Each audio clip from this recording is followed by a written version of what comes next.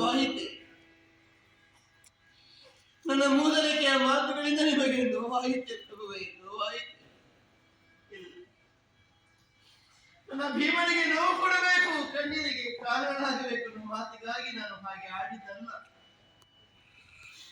ನಿಮ್ಮನ್ನು ನೋಯಿಸುವ ಕಣ್ಣೀರಿಸುವ ಪ್ರಯತ್ನ ನನ್ನದಲ್ಲ ಪ್ರಭುವೇ ಅಲ್ಲ. ನನ್ನ ತಮ್ಮಂದಿರು 5 ಮಂದಿಗಳು ನನ್ನತ್ತೆ ಕುಂತಿದೇವಿ ಆಡಿದ ಮಾತು ನನಗೆ ಸ್ಪಷ್ಟವಾಗಿ ನೆನಪಿದೆ. ನನ್ನ ಪುತ್ರ ರಥರನ್ನು ನೀನು ಎಂದು ಅಗಲದಂತೆ ನೋಡಿಕೊಳ್ಳತಕ್ಕದು ನಿನಗೆ ಕರ್ತವ್ಯ. ದ್ರೌಪದಿ ನೀನು ದಾರದಂತೆ, ಈ ದಾರವನ್ನು ಬಳಸಿ ಪೋಣಿಸಿದ ಮಣಿಗಳು ನನ್ನ 5 ಮಂದಿ ಮಕ್ಕಳು, ಒಂದೇ ವೃಕ್ಷದಲ್ಲಿ ಮೂಡಿದ ಫಲಗಳು. ನೀವು ಒಬ್ಬರನ್ನು ಅಗಲಿರುವುದಕ್ಕೆ ಸಾಧ್ಯವಿದೆ, ಅಗಲಬಾರದು, ಬೇರೆಯಾಗಕೂಡದು. ನನ್ನ ದೆಸೆಯಿಂದಲಾಗಿ ನನ್ನ ಕಾರಣದಿಂದಲಾಗಿ ನನ್ನ ತಮ್ಮಂದಿರ ನಡುವೆ ವೈಮನಸ್ಸು ಇಲ್ಲ ಸ್ವಾಮಿ, ಇಲ್ಲ. ವಿಷದ ಬೀಜವನ್ನು ಬಿತ್ತುವ ಪ್ರಯತ್ನವನ್ನು ದ್ರೌಪದಿ ಯಾವ ಕಾಲಕ್ಕೂ ಮಾಡುವುದಕ್ಕಿಲ್ಲ. ಹಾಗಾದರೆ ಭೀಮನಲ್ಲಿ ಸಂಕಷ್ಟವನ್ನು ಯಾಕೆ ಹೇಳಿಕೊಡಬೇಕು? ಕಾರಣವಿದೆ. ನನ್ನ ಮಾನದ ಪ್ರಶ್ನೆ ಬಂದಾಗ ನನಗೆ ಒದಗಿದ ಕೈ ನಿಮ್ಮದಲ್ಲದೆ ಇನ್ನೊಬ್ಬರದಲ್ಲ. ರಮಣ ಕೇಳು, ಉಳಿದ 4 ರಮಿಸುವರು, ಪರಾರ್ಥವಿದೆ ನಿರ್ಗಮಿಸುವರು. ನನ್ನ ಶೀಲದ ಪ್ರಶ್ನೆ ಬಂದಾಗ ನನ್ನನ್ನು ಕೈ ಹಿಡಿದು ಉದ್ಧರಿಸಿದ ಸ್ವಾಮಿಯೇ, ಹೆರೆಯ ಕುರಿಸೈ ನನಗೆ ಮರಣ ಕಪ್ಪಣೆ ಇಲ್ಲ. ಮಾನವನ್ನು ಕಳೆದುಕೊಂಡು ಕ್ಷಣಕಾಲವು ನಾನು ಬದುಕಿರಲಾರೆ. ಆದರೆ ಹೆಣ್ಣಾದವಳಿಗೆ ಸಾಯುವುದಕ್ಕಾದರೂ ಪಥ್ಯ ಒಪ್ಪಿಗೆ ಬೇಕಾಗ್ತದೆ. ಆದ್ದರಿಂದ ನನಗೆ ಸಾಯುವುದಕ್ಕೆ ಅವಕಾಶವನ್ನು ಮಾಡಿಕೊಡಬೇಕು, ಅಪ್ಪಣೆಯನ್ನು ಕೊಡಬೇಕು. ಇದೇ ಸನ್ನಿಧಾನದಲ್ಲಿ ವಿಷಪ್ರಾಶನವನ್ನು ಮಾಡಿ ನನ್ನ ಪ್ರಾಣವನ್ನೇ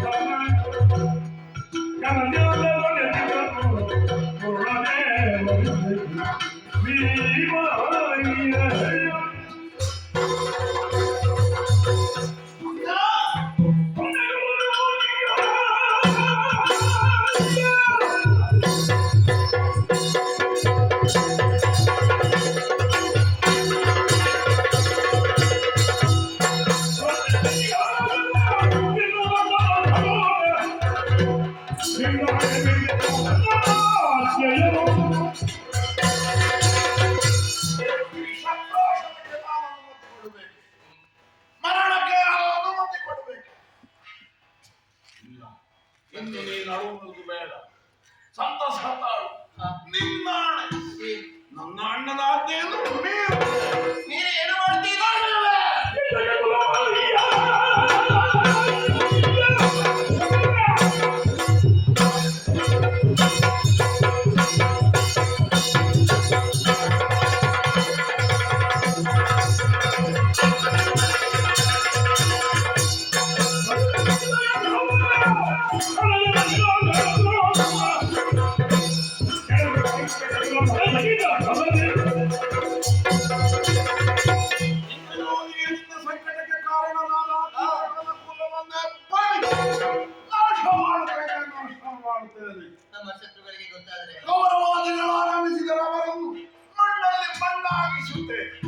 ಈ ವಿಷಯವನ್ನು ಅರ್ಥ ಮಾಡಿಕೊಂಡು ತಡೆಯುವುದಕ್ಕೆ ಸುರ ಪಾಲನೆ ಮೊದಲಾದಂತಹ ದೇವತೆಗಳು ಬಂದರು.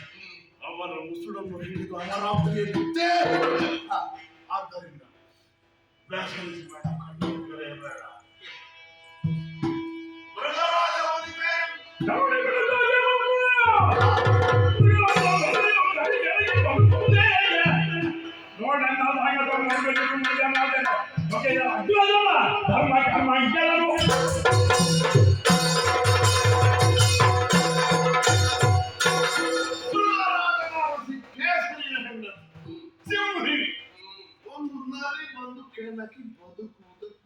ಕೂಡಿ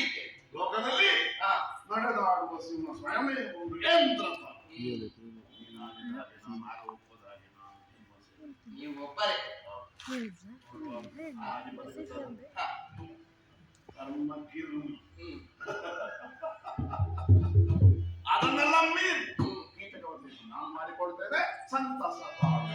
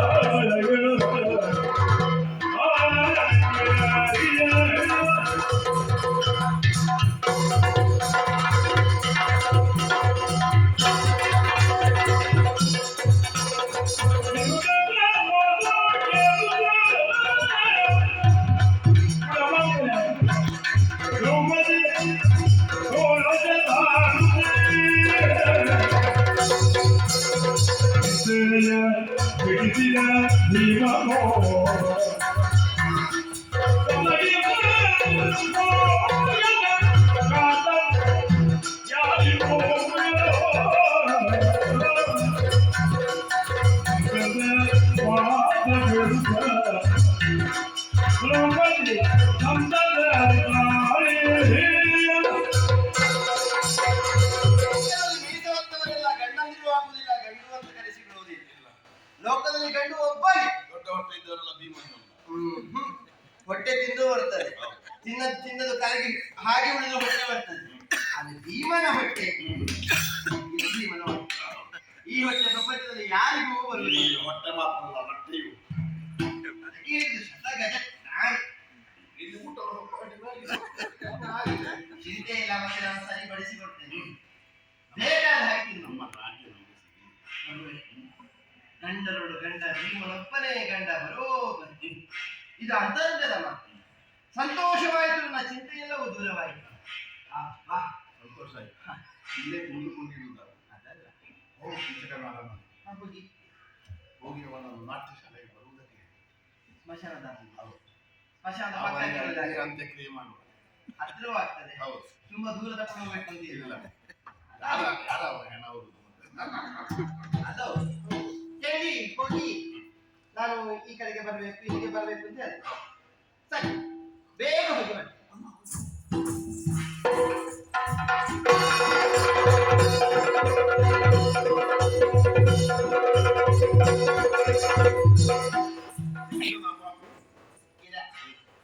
ಈಗ ಸಿಗ್ತಾಳೆ, ಈಗ ಬರ್ತಾಳೆ ಅಂತ ಕಾಯ್ದೆ.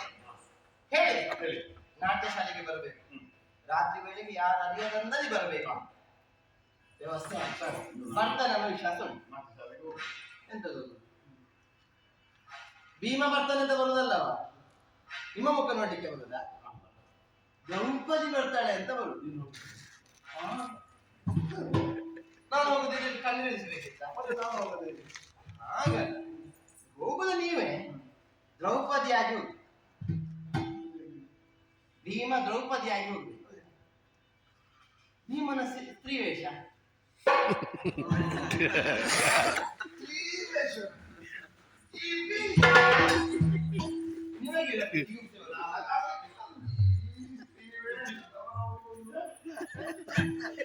ಅಲ್ಲ, ನೀವು ಮಾಡಿದ ಕಳಂಕ ಆಗ್ತದೆ.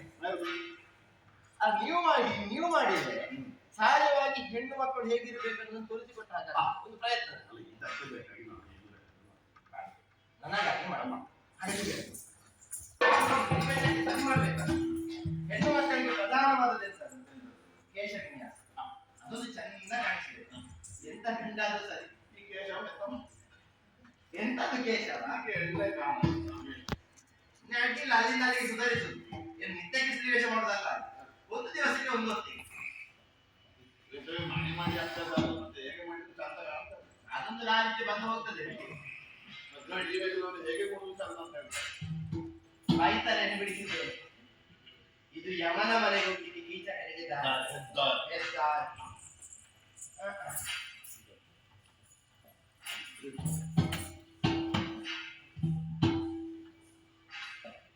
ಸಣ್ಣದಾಗ್ಲಿಕ್ಕಿಲ್ಲ ಅಲ್ಲ. ಅಲ್ಲ, ಎರಡು ಎತ್ತರಲ್ಲಿ ಕೂದು ಸರಿ ಮಾಡಿದ್ರೆ ಆಯ್ತಾ? ಮತ್ತೆ ಸೀರೆ ಉಡುದು ಆಯ್ತಾ? ಎಂತದ್ದು? ನನಗೆ ಸೀರೆ ಉಡುವುದಕ್ಕೆ ಬರುವುದಿಲ್ಲ. ಅದು ಬಿಸ್ಲಿಕ್ಕೆ ಹೊಟ್ಟದ್ದು. ಹೇಳಿದೆ ನಾನು, ನೀರೇ ನಿಮಗೆ ಬರದಿದ್ರೆ ಕುಡಿಸ್ಲಿಕ್ಕೆ ನಾನಿದ್ದೇನೆ. ಕೈ ಮೇಲೆ ಮಾಡಿ, ಕೈ ಮೇಲೆ ಮಾಡಿ ನೀವೆಲ್ಲ ಸಿರುವುದು. ಆಗ ಅವನಾದ್ರೆ ಹೇಗೆ ಅನುಸರಿಸಬೇಕು. ಇನ್ನೊಬ್ಬರಿಗೆ ಮುಡಿಸುವಾಗ ನನಗೆ ಮುಡಿಸಿ ಅಭ್ಯಾಸ ಇರೋದು ಎಂತದ್ದು, ಕೈ ಮೇಲೆ ಮಾಡಿ.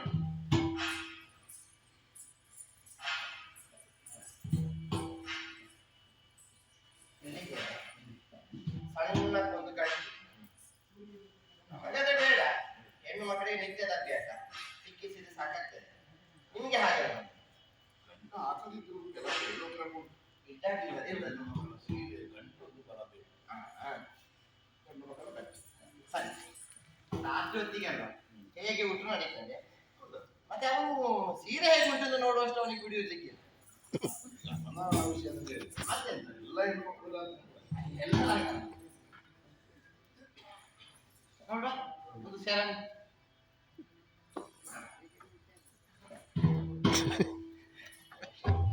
ನೀವು ಶ್ರೀವೇಶ ಕಷ್ಟ ಅಂತ ಹೇಳ್ತೀರಿ, ಈಗ ನೋಡುವಾಗ ಈಗಿನ ಭಾವನೆ ಆಗ್ತದೆ.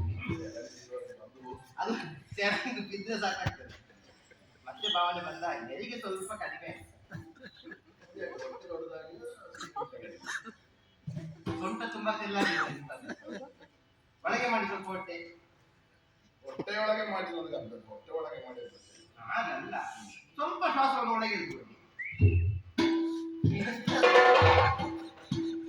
ನೀವೆಂತದ್ದು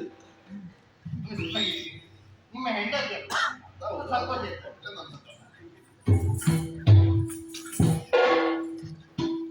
ಇನ್ನು ಜಾತಿಗೆ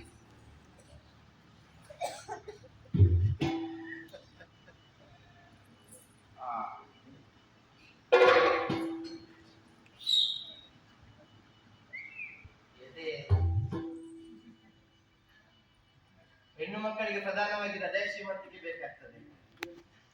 ನಿವೇಶ ಅಂತ ಹೇಳಿದ್ರೆ ಒಂದು ನೋಡ್ಲಿಕ್ಕಾದ್ರೂ ಹೇಗೆ ಹಾಗೆ ನನಗೆ ನನಗೆ ಮಾಡುವುದನ್ನು ಕೇಳಬೇಕು. ಅಲ್ಲ ಅದಕ್ಕೆ ತೆಂಗಿನ ಗೊರಟೆಯಲ್ಲಿ ಅದು ಸಿಕ್ಕಿದೆ. ವಿಮಲ ಶ್ರೀವೇಶಿ ಕುಂಬಳಕಾಯಿ ಅದು ಮೀಸೆ ತೆಗಿಲಿಕ್ಕೆ ನೀವು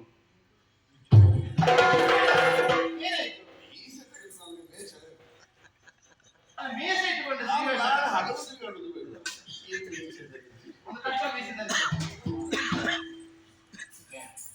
ನಿಮ್ಮನ್ನು ಮೀಸೆ ಒಂದು ಸ್ತ್ರೀ ವೇಷಕ್ಕೆ ಬೇಕಾಗಿ ಮೀಸೆ ಸುಮ್ಮನೆ ಹೊತ್ತುಕೊಂಡು ಅಲ್ಲೇ ಮುಚ್ಚಿದ್ದು ಸಾಕು. ರಾತ್ರಿ ಹೊತ್ತಿಗೆ ಅಲ್ಲ ಕಪ್ಪು ಬಣ್ಣ ಮೀಸೆಗೆ ಕಾಣಿಸ್ತದೆ. ಅವ ಎಲ್ಲಿ ದ್ರೌಪದಿ ಇದ್ರೆ ನೋಡು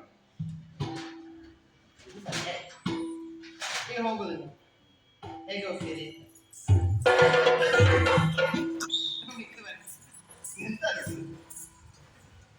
ಹೀಗೆ ಹೋದಾಗ್ತದ? ಹೆಣ್ಣು ಮಕ್ಕಳು ಹಾಗೆ, ನಾನು ಹಾಗೆ ನೋಡಿದ್ದೇನೆ. ಒಂದು ಮಂದವಾಗಿ ಅಳುಕುತ್ತಾ ಬಳುಕುತ್ತಾ ನಿಧಾನವಾಗಿ ಸೊಂಟವನ್ನು ಆ ಕಡೆ ಈ ಕಡೆ ತಿರುಗಿಸಿಕೊಂಡು ಹೆಣ್ಣು ಸಹಜವಾಗಿ ನಾನು ಹೇಳಿಕೊಡ್ತೇನೆ. ಹೀಗೆ ಬನ್ನಿ, ನನ್ನ ಹಿಂದೆ ಬರ್ತಾ ಇತ್ತು.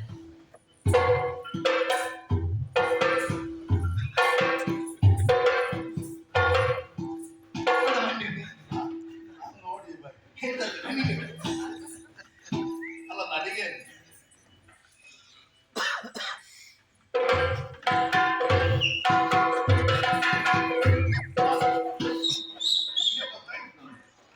ನಾವು ಒಂದು ಹೆಜ್ಜೆ ಇಟ್ಟ ತೆಗಿತೇವೆ ಅಲ್ಲೇ ಮಕ್ಕಳು ಬಾತುಗಳು ಹೋಗುದು ನೋಡಿದ್ದೀವಿ ನಾವು.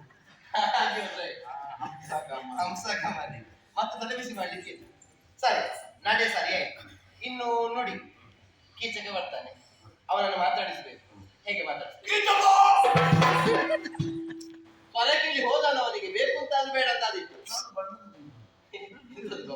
ಇದು ಸುಂದರ ಭೀಮ, ಹಾಗೆ ಸ್ವರ ಮಾಡಲಿಕ್ಕಿಲ್ಲ. ಸ್ವರ ಸ್ವಲ್ಪ ತೆಳ ದ್ರೌಪದಿ ಸ್ವರ ಹಾಗಿರ್ಬೇಕು. ನನ್ನ ಸ್ವರ ಮಾಡಿ ಮಾತಾಡಿ. ಬಂದೇ ಕೀಚಕ ನನ್ನ ಅರಸ, ನನ್ನ ಪ್ರಿಯತಮ. ಅದು ಬೇಡ, ಅಷ್ಟು ಸಾಕು. ಈಗ ಸಾಕು, ಇಷ್ಟು ಸಾಕು. ಈಗ ಹೋಗಿ ಅವನು ಹೊಡೆದು ಹಾಕಿ ಬರ್ತೇನೆ. ಸರಿ ಆದಿತ್ತು.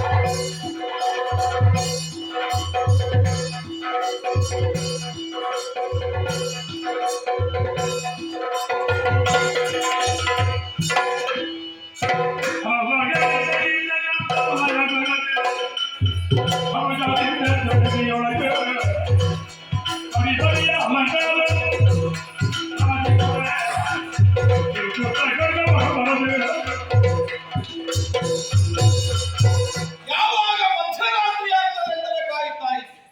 ಬೇಕಾದ ಶೃಂಗಾರಗಳನ್ನೆಲ್ಲ ಮಾಡಿಯಾಗಿದೆ. ಪರಿಮಳ ದ್ರವ್ಯಗಳನ್ನೆಲ್ಲ ಮೈಗೆ ಪೂಸಿಕೊಂಡಿದ್ದೇನೆ.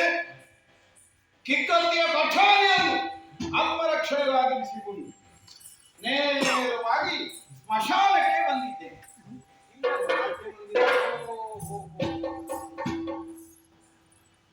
ಆಗಲೇ ಒಂದು ನಿತ್ಯ ಮಾಡಿದ್ದೇವೆ ನಾವು. ಪೂಜೆ ಇರಬೇಕು. ಕಾದು ಕಾದು ಕಾದು ಕಾದು ಬರುದು ಕಾಣ್ತಿಲ್ಲ ಅಂತ ಅಲ್ಲಿಗೆ ಮಾಲಿಗೆ ಹೋಗಿ ನಿದ್ದೆ ಬಂದಿದ್ದೀವಿ. ಸೈಡಂದ್ರಿ ಸೈಡಂದ್ರಿ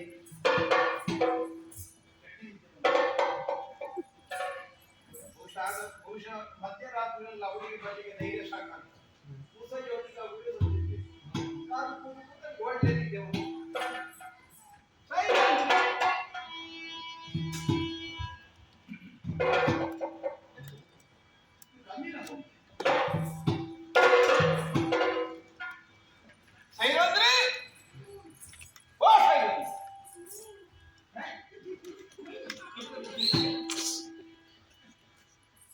ಇದೆಂತದ್ದು ಇದು ನಿನ್ನ ಶರೀರ ಕಲ್ಲಿನಾಗಾಗಿ ಹೋಗಿದೆ?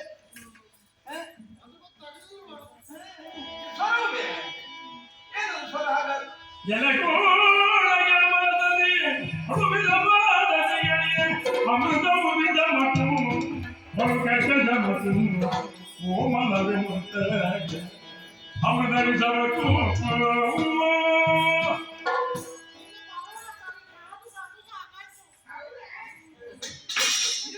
ನಿನ್ನ ಸ್ವರಕ್ಕೆ ಇಬ್ಬನಿಯಲ್ಲಿ ಬಂದು ಸ್ವರ ಬದಲಾವಣೆ ಆಗಿದೆ. ಕಠಿಣ ಅದಕ್ಕೆ ಶಾಸ್ತ್ರ ಎಂತ ಶಾಸ್ತ್ರ?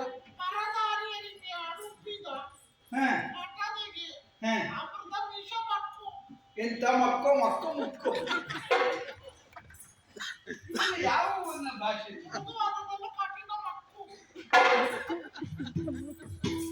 ಅಲ್ಲ ಕಠಿಣ ಆದದನ್ನೆಲ್ಲ ಮೃದು ಮಾಡ್ಲಿಕ್ಕೆ ಬರ್ತಾ ಇರುತ್ತೆ ವಿಷಯ ಅಲ್ಲ.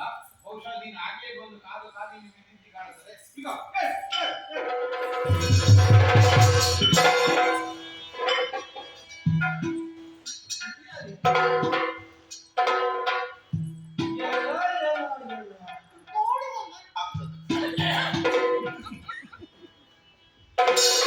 ನೋಡಿದ ನೆನಪಿಲ್ವಾ? ನೀನು ಇಡುಳ್ಳೊಗೆ ನೋಡಿದಲ್ಲ. 3 ಹೊತ್ತು ಬಂದು ಊಟ ಮಾಡ್ತೀಯಲ್ಲ, ಆಗ ನನ್ನ ಹೊಟ್ಟೆ ನೋಡ್ಲಿಲ್ಲ ನೀನಿಂದ.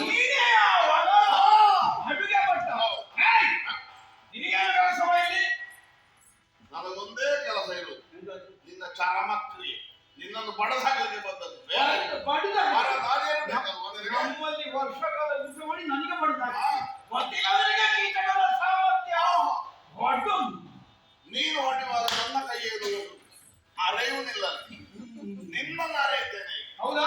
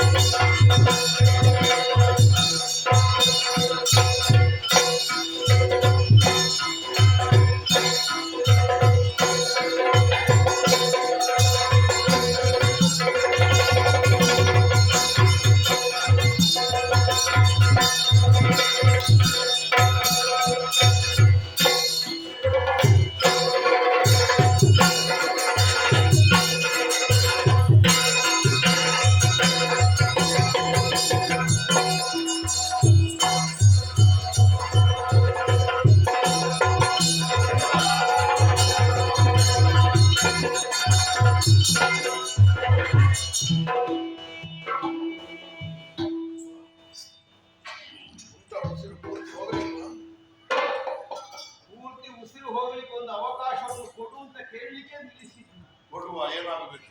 ಅಯ್ಯ, ಯಾರು ಒಬ್ಬ ಸಾಮಾನ್ಯ ಅಡುಗೆ ಭಟ್ಟನ ಕೈಯಲ್ಲಿ ಪೆಟ್ಟು ತಿಂದು ಸಾಯಬಹುದಾದ ದುರ್ಬಲನಲ್ಲ ಕೀಟಕ.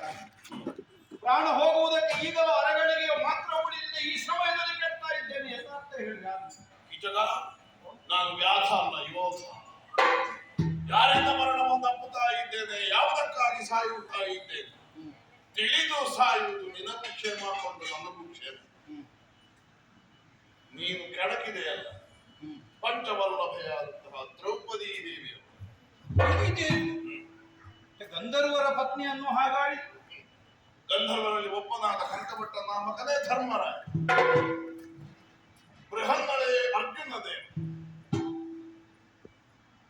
ಪಾಲಕರಾಗಿದ್ದಾರಲ್ಲ, ಅಶ್ವಪಾಲಕರಾಗಿ, ತಂತ್ರಿ ಪಾಲಕರಾಗಿ ನಕುಲ ಸಹದೇವರು.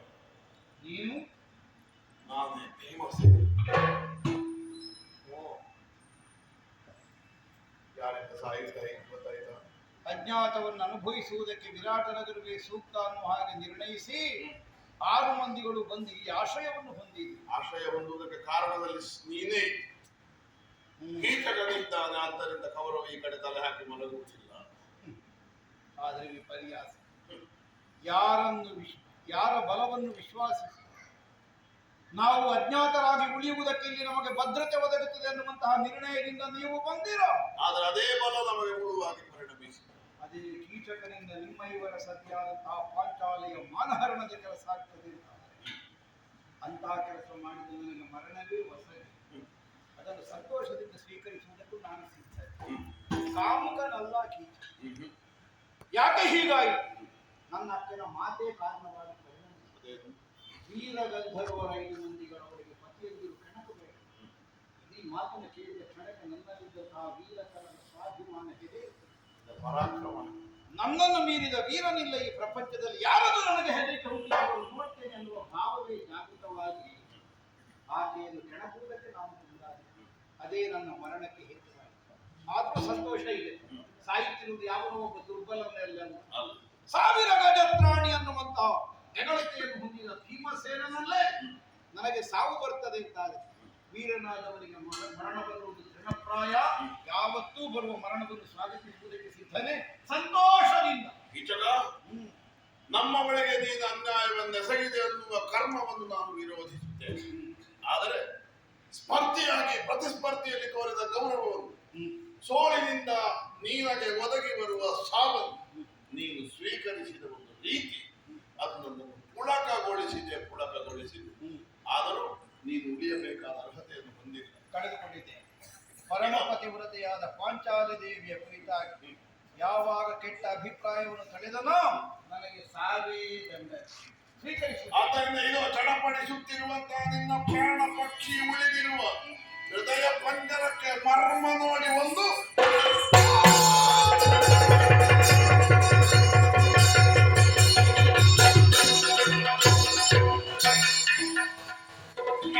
ಉಪಕೀಟಗಳನ್ನು ಹೊಡೆದು ಹಾಕಿದ್ದಾರೆ. ಸಂತೋಷವನ್ನು ಅನುಭವಿಸುವ ದ್ರೌಪದಿಯ ಮುಖವನ್ನು ನೋಡುವ ಯೋಗ ಇಂದು ಇಲ್ಲದೇ ಇರಬಹುದು. ಆದರೆ ಭವಿಷ್ಯದಲ್ಲಿ ಬರ್ತದೆ. ಕಷ್ಟ ಒದಗಿದಾಗ ಅದಕ್ಕಾಗಿ ತರಹರಿಸ ಸುಖದ ಬೆಳಕಿನ ನಿರೀಕ್ಷೆಯನ್ನು ಯಾವಾಗ ಮಾಡ್ತಾನೆ ಅವನಿಗೆ ಖಂಡಿತವಾಗಿಯೂ ವಿಷ ಕಳೆದು ಅಮೃತ ಒದಗುತ್ತದೆ ಅನ್ನುವುದು ಕಾಳಿಂಗ ಮರ್ದನ ಮಾಡಿದ ಕೃಷ್ಣನ ಬದುಕಿನ ಉದಾಹರಣೆ. ರುಕ್ಮಿಣಿ ಆರ್ತತೆಯನ್ನು ಅರ್ಥ ಮಾಡಿಕೊಂಡು ಹೋಗಿ ಅವಳನ್ನು ಸ್ವೀಕರಿಸಿದ ಕೃಷ್ಣನ ಬದುಕಿನಿಂದ ಒದಗಿ ಬರ್ತಾನೆ. ಪರೋಕ್ಷವಾಗಿ ಭೀಮನ ಅಂತರಂಗದಲ್ಲಿದ್ದು ಯಾವಾಗ ಅಕ್ಷಯಾಂಬರವನ್ನು ಕೊಟ್ಟನೋ ವಸ್ತ್ರಾಕ್ಷೇಪದ ಕಾಲದಲ್ಲಿ ಆ ಕೃಷ್ಣನೇ ನಮ್ಮಿಂದ ಕೀಟಕ ವಧೆಯನ್ನು ಮಾಡಿಸಿದ್ದಾನೆ ಅನ್ನುವಂತಹ ಭಾವವನ್ನು ನಾವು ಕಳೆದಿದ್ದೇವೆ. ಕಷ್ಟ ಒದಗಿ ಬರುವಾಗ, ಕಷ್ಟದ ಮಳೆ ಸುರಿಯುವಾಗ ಕಂಕಣ ಬೇಕಾದದ್ದಲ್ಲ, ಕಲ್ಲಾಗಿ ಅದನ್ನು ಸ್ವೀಕರಿಸಬೇಕು, ಎದುರಿಸಬೇಕು. ಆಗ ತಂದಷ್ಟಕ್ಕೆ ತಮಗೆ ಸುಖ ಒದಗಿ ಬರ್ತದೆ ಅನ್ನುವಂತಹ ತತ್ವವನ್ನು ಹೊಂದಿದೆ. ಈ ಕಥಾಮೃತವನ್ನು ಯಾವನು ಆಡಿಸುತ್ತಾನೋ, ಯಾವನು ಹಾಡ್ತಾನೋ, ಯಾವನು ಕೇಳ್ತಾನೋ, ಯಾವನು ನೋಡ್ತಾನೋ ಅವರೆಲ್ಲರಿಗೂ ನಾವು ನಂಬಿಕೊಂಡು ಬಂದಿರುವ ಕಡೆಯ ಶ್ರೀ ದುರ್ಗಾ ಪರಮೇಶ್ವರಿ ಮಹಾಗಣಪತಿ ದೇವರು ಆಯುಷ್ಯ ಆರೋಗ್ಯಾನಂದಾದಿ ಸಕಲ ಸೌಭಾಗ್ಯಗಳನ್ನು ಕೊಟ್ಟು ಕಾಪಾಡಲಿ ಎಂದು ಹಾಗೆ ಪ್ರಾರ್ಥಿಸುತ್ತಾನೆ. ಕಥೆಗೆ ಮಂಗಳಾಚರಣೆಯನ್ನು ಮಾಡುವುದಕ್ಕೆ ಸಭ್ಯರಿಂದ ಅಪ್ಪಣೆಯನ್ನು ಕೇಳಿದೆ. ಭದ್ರವನ್ನು Thank